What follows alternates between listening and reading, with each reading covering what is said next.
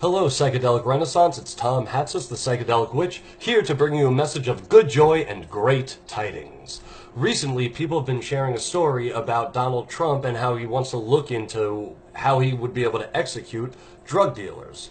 I wanted to make this short video in hopes that those people sharing that story will stop causing unnecessary grief and negativity in the lives of their friends and neighbors, which of course then ripples out to the rest of the country.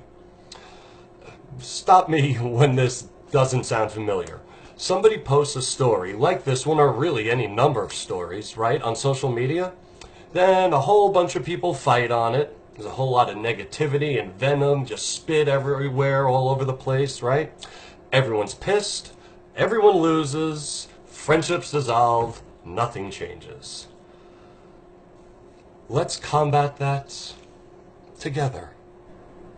In order for Trump to be able to execute drug dealers, he would first have to overturn a Supreme Court decision from 1976, Woodson v. North Carolina, which states, quote, "Statutes providing mandatory imposition of the death penalty are unconstitutional." Well, that's exactly what Trump would want to do. He would want to provide for a mandatory imposition of the death penalty on drug dealers. So if he's really serious about doing that, he would first have to overturn Woodson v. North Carolina.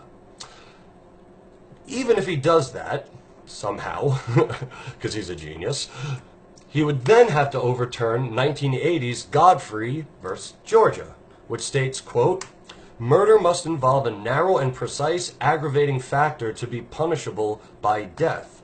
The thing is, there is no aggravating factor in a drug deal. I mean, except when they go wrong, but in just like a regular somebody buying one substance from another, there isn't too much of an aggravating factor. Usually one person wants the money, the other person wants the substance. But even if Trump, in the 3 years he has left in office, managed to overturn Woodson v. North Carolina and Godfrey versus Virginia, he would then have to overturn 1982's Edmund v. Florida, which states, quote, "Death penalty is unconstitutional for a person who is a minor participant in a felony and does not kill, attempt to kill, or intend to kill." Well, this one's kind of obvious. Drug dealers are not trying to kill the people they sell drugs to. They want them to stay alive and buy more drugs from them, right? So that's another one that I don't know. I mean, as smart as Trump is, that's a little tricky one that he'd have to work around.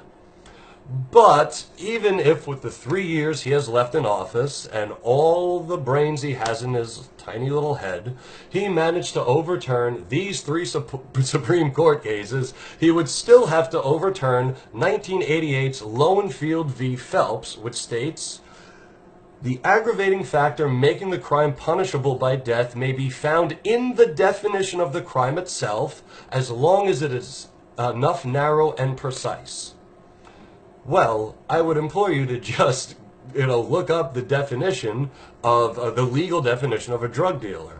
There is nothing in there that could possibly apply to this. And there's another problem.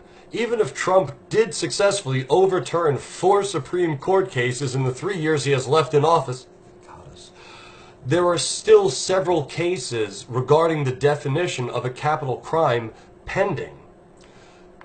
So even like Trump would have to then negotiate and work around all of those cases. And that's when and if they were even adjudicated by the time he's out of office.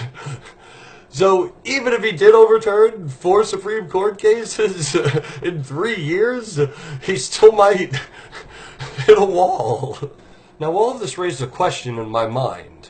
What are we to do now with purveyors of tobacco, alcohol, and prescription opioids under Trump's new definition of a drug dealer? I mean, alcohol, tobacco, and prescription opioids kill the most people, right? So what do we now do? There are so many real problems in the world that we all need to face together. I think it might help if we stop sharing unwanted, unnecessary, and at base, highly unlikely and improbable situations that only further serve to divide us. I'm Tom Hatsis, the Psychedelic Witch, reminding you that you free your mind by using your brain.